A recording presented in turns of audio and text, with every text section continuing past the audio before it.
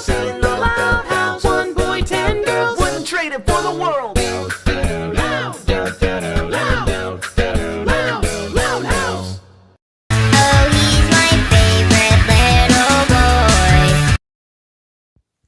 Hello everyone, I'm Torrin Smith, formerly known as the Loud House Critic, and today's Loud House episode is the 33rd episode of Season 2, and overall, the 85th episode of the Loud House, Change of Heart. And boy, is this one an interesting episode, even for me.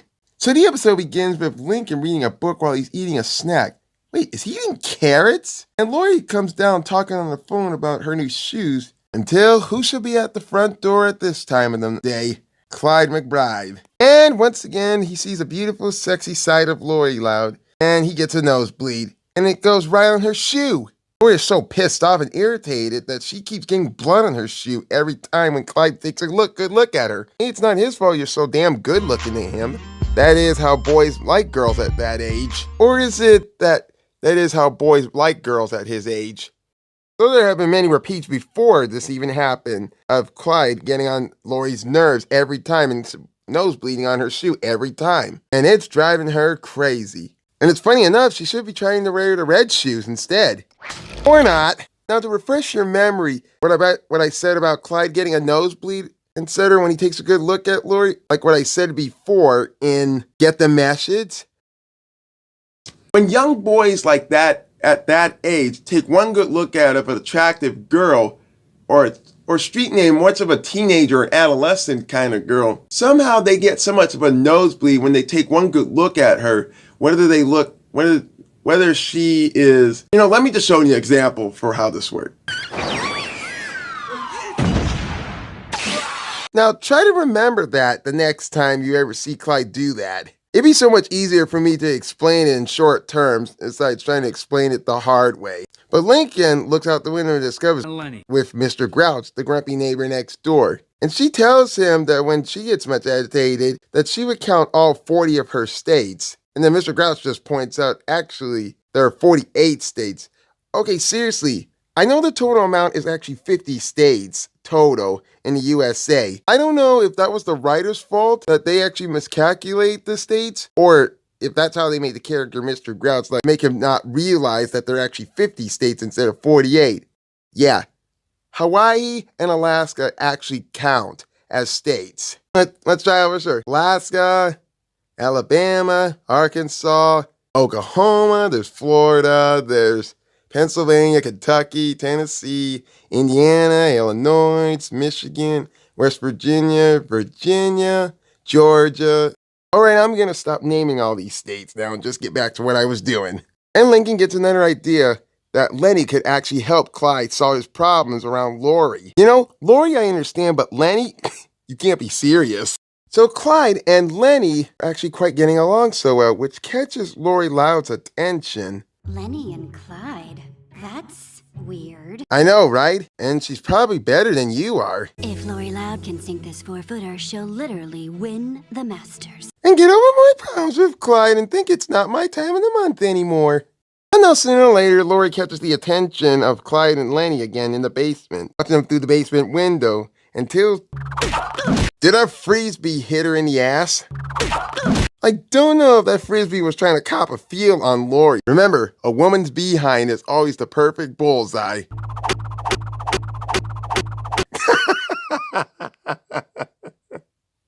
Oh, okay, I'm starting to be like the idiot in the Zodger critic himself this way. Lori's starting to feel good so much about her life that she comes down in the kitchen and Clyde actually nosebleeds on Leni's shoe. He accidentally got hit in the nose by a frisbee. Who leaves the window down like this? And who throws a frisbee right through the window? You could actually put someone's eye out that way.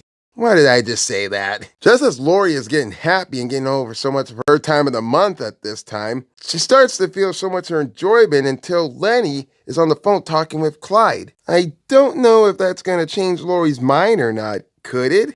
Poor Leni. I wouldn't want to be in her shoes. I think you do, Lori. Is it just me, or does Lori have a conscience in her head? I didn't know Jiminy Cricket was living inside her head. Well, a female Jiminy Cricket. Jenny Cricket? Sooner or later, I think Lori's starting to feel some jealousy here. considering that she has all the gifts that Clyde left for her, such as a telescope to see in the sky to see that there's a star that was named after her, which is kind of a mouthful, which I'm not going to say. Even in the winter, he actually sculptured a snow angel of Lori, a statue snow angel of her to be precise. And he even managed to give her a stuffed plush teddy bear toy. What am I thinking? I have to get Clyde back. Would that mean you'd rather date Clyde than Bobby? Oh, I hope not. So if Lori's first attempt is trying to get offered lemonade, especially to Clyde, whose eyes aren't even focused on her, what's that face he even making? For Lori's second attempt, she's putting on a scarf that Clyde actually made for her. Dummy, it's 85 degrees, it's summertime, and you're sweating. But Clyde doesn't buy it this time since he managed to hold his breath and not say anything to Lori. Now, as Clyde and Lincoln and Leni are actually at Clyde's house now to do one last attempt trick to make sure that Clyde is still stable around Lori. Seriously? That's how Leni is dressed up as Lori? And why the hell is her eyes even crossed like that? Wait, she looks like a Walking Dead Lori. OMG.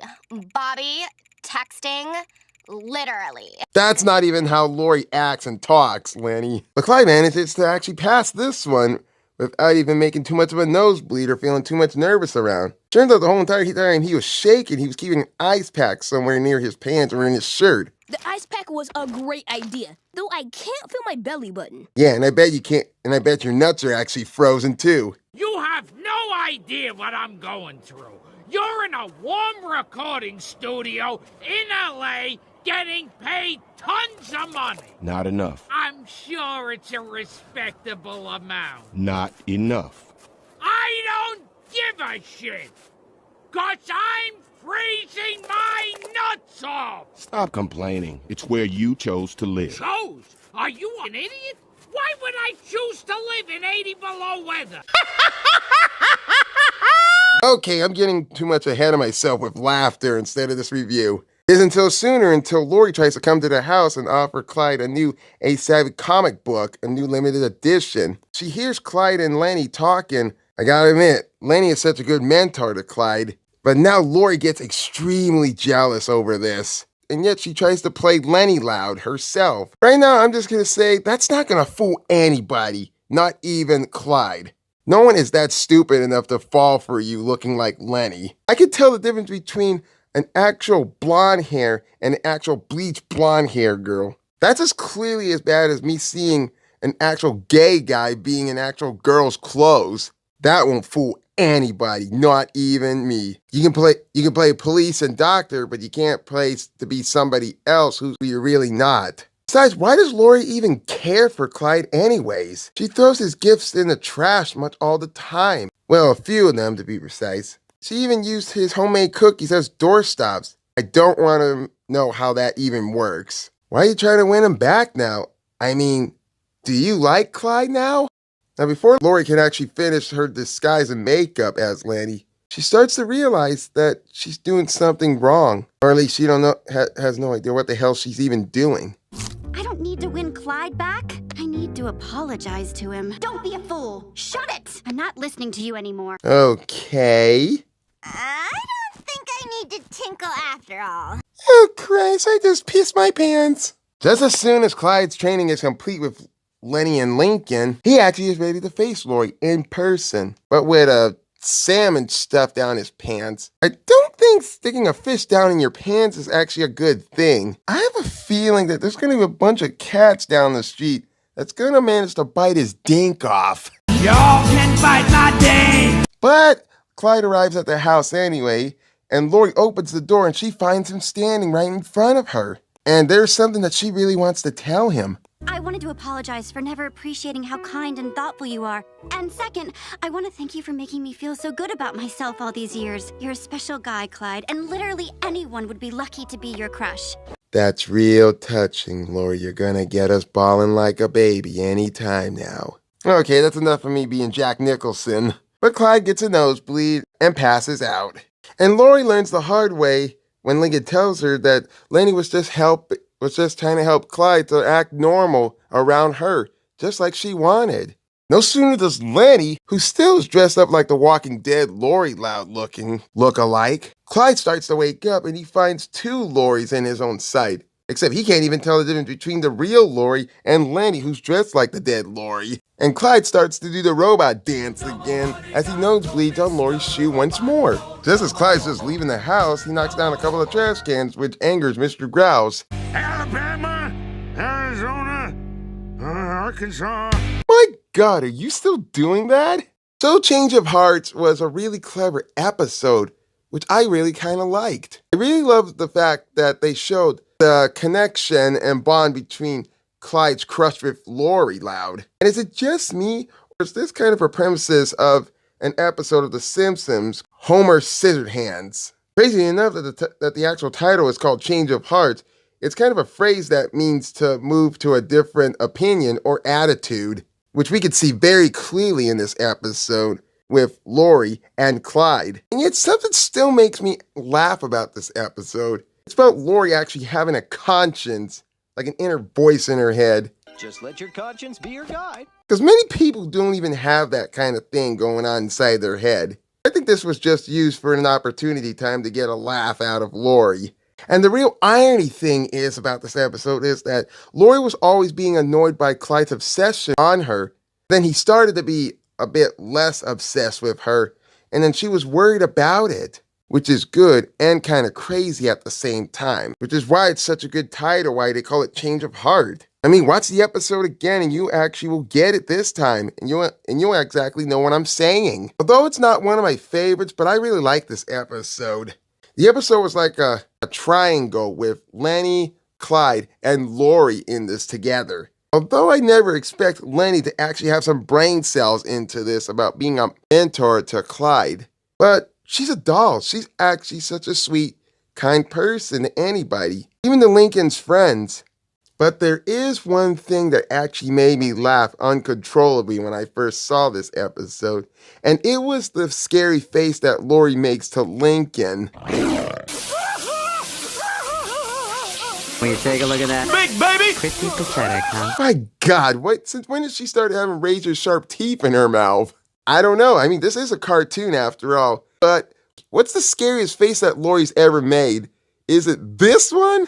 Or could it be the one that was in Get the Masheds? But I don't think much of her scary faces can actually beat Lola Loud's scary face, which I'll get to into the further episodes when I reach those kinds of episodes that do have them in it. And believe me, Lola's scary faces are such a nightmare fuel, as much as... Oh dear God, why did I just say that? Speaking of, when Lola remarks that she says, I don't think I need to tinkle after all, I'm simply that she implied that she actually wet herself. Yeah, it's funny, ain't it? But all joking aside, I'm gonna actually give this episode 7 out of 10 stars. Sure, it had a few touching moments and all, but the plot to this episode, you kind of already know what's already gonna happen the first minute you start watching it. For someone who's just being tired of someone just being themselves, and that person tries to change their image as much as impossible, and the person who was just angered at this one person just wants them back just the way they were before. I mean, when's the last time you ever heard the saying, you can take the boy out of the city, but you can't take the city out of the boy? That's what this episode felt like. It's kind of like Back in Black, which I'll get to sometime in October. But some things could be a little bit developed with Clyde's obsession with Lori. And unnoticeably, that he never explains why he gets so much of a nosebleed around Lori. You know, just look up the definition word of nosebleed and read it on Wikipedia. There'll be some explanations about it. I am the Loud House Critic, and you know what? Forget it. I'm not even gonna finish this sentence. I can't even find a good damn catchphrase. I'll see you all next Thursday. No, sir. Craft inside this tiny space may sound